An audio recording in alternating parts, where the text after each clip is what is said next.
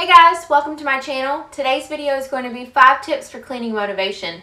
I'm a working mom. I get home about 5 o'clock in the afternoon after we cook supper, get baths, do our nighttime routine. Who has time for cleaning, honestly?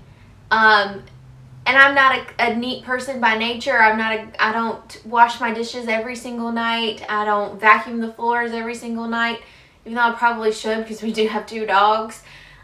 I'm tired in the evenings and I really need some motivation to help me clean.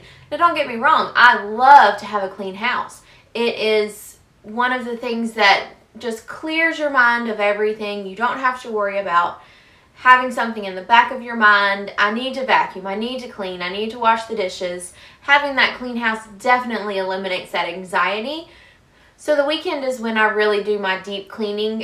I just have the most time then, and it's really when I'm focused enough to do it. Here are my 5 tips for cleaning motivation. Tip number 1 is to set the mood. I love to open the windows, I love to open the blinds, let all the sunlight come through. I like to even open the windows and turn our attic fan on if it's a nice spring day or a cool fall day. It does get kind of hot here in North Carolina, so I don't really do it during the summertime, but definitely during spring and fall, I will open the windows up and let the breeze come in as I'm cleaning. It just kind of refreshes everything and it makes the house just feel nice and airy, and the fresh air just does a world of good. It's not so stuffy in the house. So I'll definitely do that. The next thing that I'll do is to turn on some type of music or maybe a podcast that I've been into, or I've even listened to a few books on tape. I mean, who says on tape anymore, but I've listened to a few audiobooks.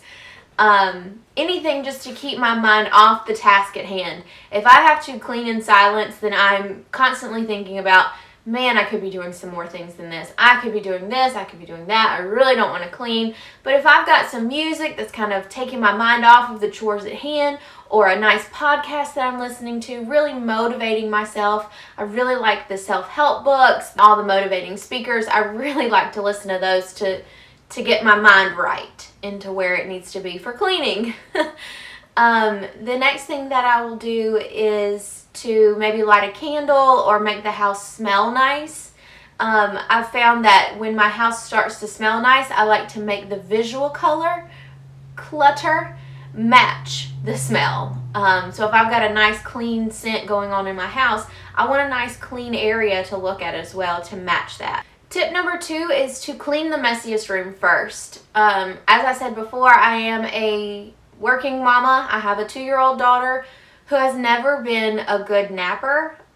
She's a good sleeper. She sleeps all night and has for a while, but she only naps anywhere from 30 minutes to 2 hours. And so that's when I really try to focus on cleaning the messiest room first, because then I don't have to worry about entertaining her or her coming in and kind of messing up as I'm cleaning up, as she likes to do. Cleaning the messiest room first kind of gives me a sense of accomplishment at the end of it. When I've cleaned that room, I've done the most. Everything else is all downhill from there. Tip number 3 is to put on a load of laundry. This kind of goes back to instant gratification. If I can get one load of laundry finished and started on the wash and then dried and folded, it's been a good day. I feel accomplished. I feel like I've actually done something in the realm of cleaning.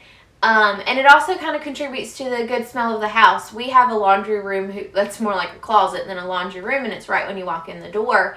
And putting that load of laundry on, you can already smell the detergent coming out of it, and so it really kind of goes through the house and contributes to that clean smell. So I really like to start off with a load of laundry if at all possible, and if I can go ahead and get it going, I definitely like to do that.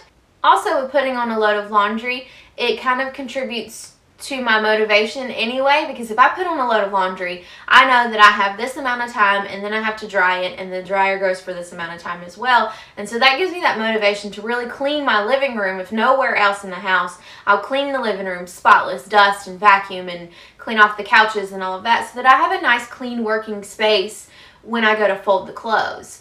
I really try to, when I'm putting a load of laundry on, to not just leave it in the dryer for the week. Don't get me wrong, I've done that several times and we do that a lot, but I do try to, when it's on a Saturday and I've made it a point to put on the load of laundry, to really get it done, get it dried, get it folded, and get it put away. To me, it just seems silly to go through all of this work and wash your clothes, dry your clothes, and then you have to re-dry them or do something else to get all the wrinkles out when you actually want to wear it. Whereas if I had just taken a little extra time, folded them up, and put them in the drawer, I feel much better about our house, about our week that we've started, about the morning. I don't have to scramble to try to find something that's not wrinkled if I don't have time. It just makes everything so much easier. So I do like to try to put that load of laundry on pretty quickly so that I don't run out of time and can't complete the whole laundry saga that it is.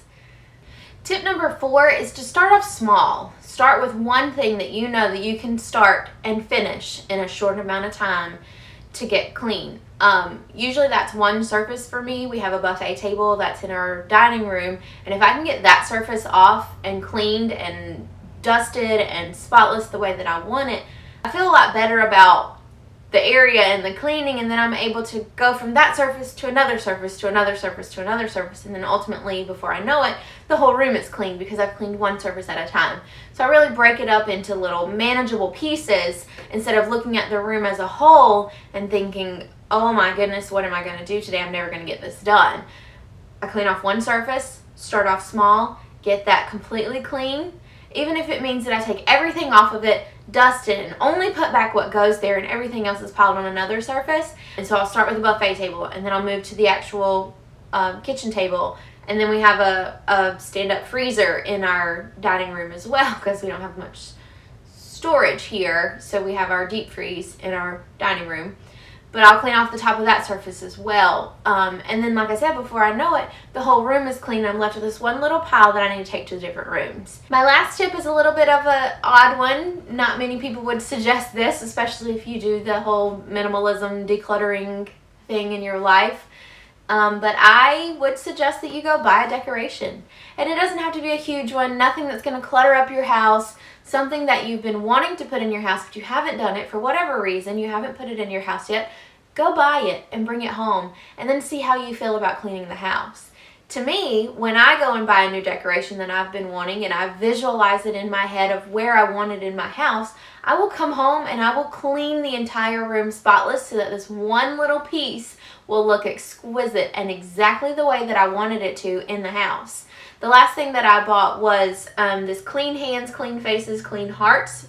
It's from Kirkland's. Like I said, it was $8.99 with a 40% off coupon, and it just really helped me to put the vision of my bathroom into place. I'd been wanting to revamp it, redo it, and so when I brought this home, it inspired me to paint. I've been wanting to paint the bathroom for a long time now, and I actually did because this matched the paint that I was wanting to use in it, and I knew it would look great in the bathroom. And so I painted it, and then with painting it, I put this on the shelf, put the shelving back, all of that. Looking at it, it made me want to do a scrub down of the entire bathroom. Who wants to clean your bathroom? Not me. But with this decoration in it, it made me want to make it sparkle and make it look so great so that this one little piece was home and it's where it was supposed to be. And so by buying this little decoration, I was able to motivate myself to do a lot of deep cleaning that I'd been putting off for a long time because I just didn't want to do it. But now with this little piece, I wanted it to look good and I wanted it to sparkle. So those are my 5 tips for cleaning motivation. I hope you enjoyed this video. If you did, give me a like and hit the subscribe button below. And in the comments, let me know if you have any motivating tips that could help others and help me. Because I know I need motivation a lot when it comes to cleaning. But I do try to put out videos once a week. I do mommy, lifestyle, time-saving hacks, anything to kind of help the working mama make the most of her time. So thank you guys, and we'll see you next time. Bye.